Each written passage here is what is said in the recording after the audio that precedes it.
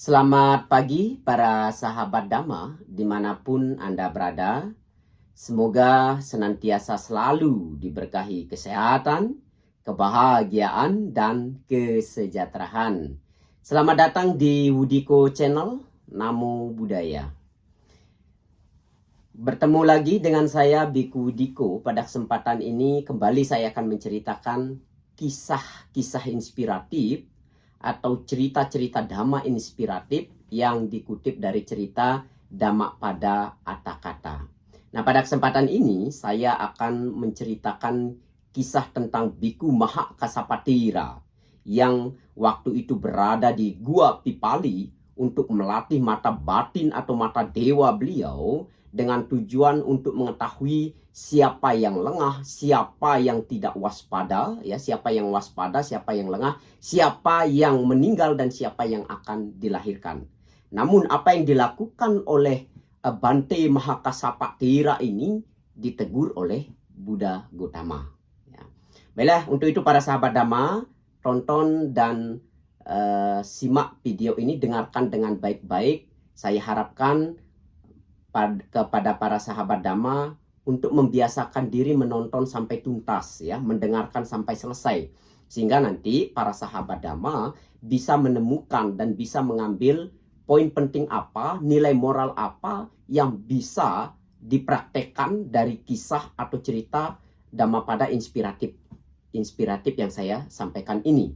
Sehingga nanti kita pun ketika bisa mendengarkan sampai selesai, ketika kita mampu menonton dan mendengarkan sampai tuntas, itu akan memberikan kita pemahaman lebih jelas, ya. Karena kalau kita menonton dan mendengarkan setengah-tengah, nanti kita tidak akan bisa mendapatkan poinnya secara utuh. Untuk itulah kembali saya mengharapkan kepada para sahabat Dhamma untuk menonton dan mendengarkan video ini sampai tuntas. Baiklah para sahabat Dhamma, saya akan menceritakan kisah tentang Mahakassapatira ini masih bab 2 Madawaga, yaitu tentang kewaspadaan. Namun dalam kisah Mahakassapatira ini merupakan Dhammapada Atthakatha sair 28. Nah, para sahabat Dhamma, pada suatu waktu Biku Mahakassapatira tinggal di Gua Pipali. Beliau ini menghabiskan waktunya untuk mengembangkan kesadaran batin Aloka Kasina dan mencoba untuk memperoleh kemampuan batin mata dewa, ya, untuk mencoba melatih untuk memperoleh kemampuan mata dewa. Mengetahui siapa yang waspada dan siapa yang lengah, juga siapa yang mati dan siapa yang akan dilahirkan. Namun apa yang dilakukan oleh Biku Mahakassapa ini ditegur oleh Buddha Sakyamuni. Nah, sebelum saya lanjutkan ceritanya, saya akan menjelaskan dulu apa itu Aloka Kasina, ya. Saya akan menjelaskan tentang Aloka Kasina itu apa. Nah, para sahabat Dhamma, arti dari Aloka Kasina itu merujuk pada salah satu dari 10 jenis, ya, dari salah satu 10 jenis meditasi, ya, objek meditasi dalam tradisi Buddhis Theravada, ya, dalam tradisi Buddhis Theravada. Nah, kata aloka itu sendiri berarti cahaya. Aloka itu artinya cahaya. Sedangkan kasina itu adalah objek meditasi yang digunakan sebagai fokus konsentrasi, yang digunakan sebagai objek untuk fokus konsentrasi. Jadi aloka kasina itu adalah meditasi dengan menggunakan cahaya sebagai objek untuk mencapai konsentrasi penuh di dalam praktek samadhi. Nah, dalam meditasi Aloka Kasina ini, praktisi memfokuskan perhatiannya pada sumber cahaya, ya. Praktisi dalam menggunakan objek aloka cahaya ini memfokuskan perhatiannya ini kepada sumber cahaya, seperti cahaya lilin misalnya, atau seberkas cahaya yang masuk misalnya ke dalam rumah, baik itu melalui lubang jendela ataupun lubang pintu rumah, lubang pintu kunci rumah, ya. Nah, itu maksudnya menggunakan objek aloka aloka kasina ini atau objek cahaya ini tujuannya untuk mengembangkan konsentrasi yang stabil dan kuat. Tujuannya untuk mengembangkan konsentrasi yang stabil dan kuat, ya, kokoh, ya. Nah, setelah mencapai konsentrasi yang mendalam, praktisi ini biasanya dapat memvisualisasikan cahaya tersebut bahkan dengan mata tertutup. Kalau konsentrasinya udah kuat, seorang praktisi yang menggunakan aloka, ya, aloka kasina ini atau objek cahaya ini dengan mata tertutup seperti ini, mereka mampu memvisualisasikan cahaya tersebut seolah-olah seperti ketika mata terbuka. Ini yang biasanya dipraktekkan oleh mereka yang menggunakan aloka kasina ini. Nah, di mana, ya, dengan menggunakan visualisasi tersebut kemudian menutup mata, meditasi ini juga bertujuan untuk menenangkan pikiran, ya. Aloka kasina ini juga tujuannya untuk menenangkan pikiran dan membebaskan diri dari gangguan-gangguan mental, ya.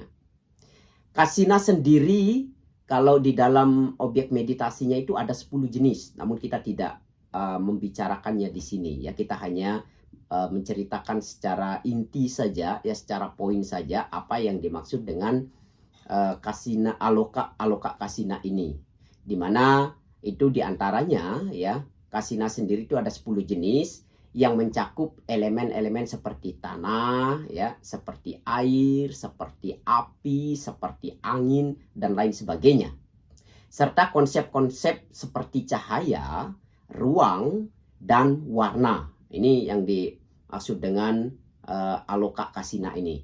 Nah, masing-masing itu dapat digunakan sebagai objek meditasi untuk mengembangkan tingkat konsentrasi, ya, tingkat konsentrasi tertentu dan serta mendalamkan praktek meditasi untuk mencapai konsentrasi penuh dan perhatian penuh, ya, untuk bisa membebaskan diri dari keraguan-keraguan, ya, dan serta bisa mengembangkan kemampuan lebih dalam.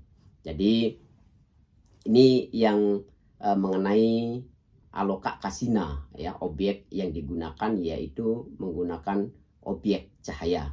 Jadi para sahabat Dhamma, kita lanjut dengan cerita tadi, ya, mana tadi Bante atau Biku Mahakasapa ini menggunakan objek aloka kasina.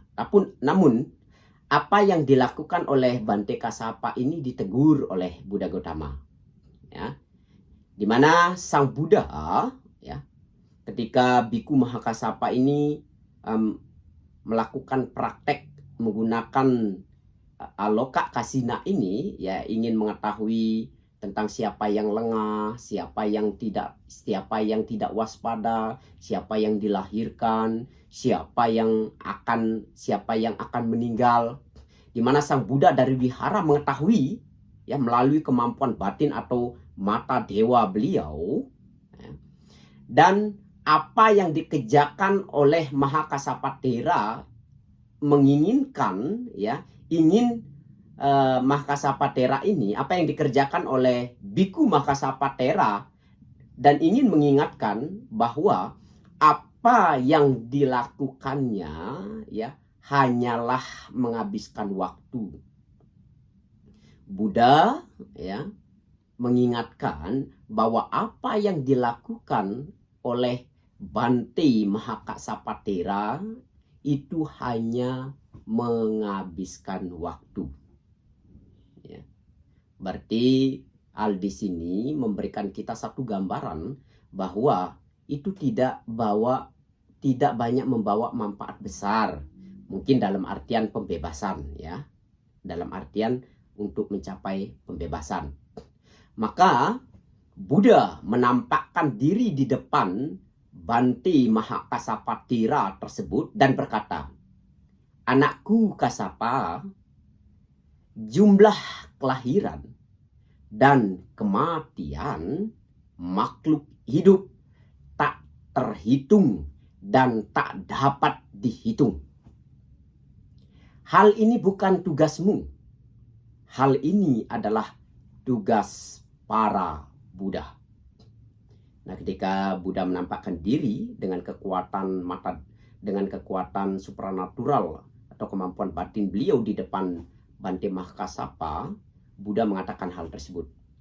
Bahwa ini bukan tugasmu, Mahakasapa. Melihat kelahiran, kematian, ya, di mana kelahiran dan kematian semua makhluk itu tidak terhitung dan tidak bisa dihitung. Dan itu bukan tugasmu, tapi tugas para Buddha. Kemudian Sang Buddha membabarkan syair 28 yang bunyinya seperti berikut ini. Bila mana orang bijaksana telah mengatasi kelengahan dengan kewaspadaan, maka ia akan bebas dari kesedihan. Seakan memanjat menara kebijaksanaan dan memandang orang-orang yang menderita di sekelilingnya seperti seseorang yang berdiri di atas gunung memandang mereka yang berada di bawah. Jadi para sahabat Dhamma dimanapun Anda berada, poin penting atau nilai penting yang bisa kita ambil dari kisah atau cerita ini adalah bagaimana di dalam kehidupan sehari-hari itu apa yang bermanfaat, apa yang tidak bermanfaat mesti kita harus tahu. Mana yang harus tujuan utama kita yang harus dilakukan, yang harus dipraktekkan, maka kerjakanlah hal utama tersebut. Terutama di dalam hal ini, kalau di dalam praktek Dhamma, yaitu yang mengarah pada pembebasan, yang mengarah pada kelahiran dan kematian. Dan di sini kita juga diingatkan di dalam praktek meditasi, tujuan praktek meditasi itu untuk mengembangkan batin agar kita memiliki batin yang cemerlang, memiliki batin yang bijaksana. Bukan tujuan meditasi untuk dapat melihat ini, untuk dapat melihat itu, bukan. Tetapi tujuan praktek di meditasi di sini, Buddha mengarahkan kita yaitu untuk mengembangkan batin kita ini agar menjadi orang bijaksana, agar kita bisa mencapai pembebasan sejati, agar kita memperoleh kebahagiaan sejati, terbebas dari kelahiran dan kematian. Maka jangan para sahabat tujuan meditasi semata-mata supaya bisa melihat ini, bisa melihat itu, atau ingin melihat kelahiran yang lampau, kelahiran yang akan datang, atau ingin membaca pikiran orang-orang yang ada di sekitar Anda. Buddha mengatakan itu tidak ada manfaatnya dan itu bukan tugasmu. Itu adalah tugas para Buddha. Jadi sampai di sini saya harap para sahabat Dhamma dimanapun Anda berada memahami ya isi atau kisah yang terdapat di dalam cerita ini, ya, isi atau cerita, poin penting apa yang terdapat di dalam cerita ini. Demikian, semoga bisa menginspirasi kita semua, siapapun yang mendengarkan cerita atau kisah ini, semoga mendapatkan berkah dan inspirasinya dan bisa dipraktekkan di dalam kehidupan sehari-hari. Dan semoga semua makhluk hidup berbahagia. Sabi Sata Bawantu Sukitata. Namo Buddhaya. Terima kasih.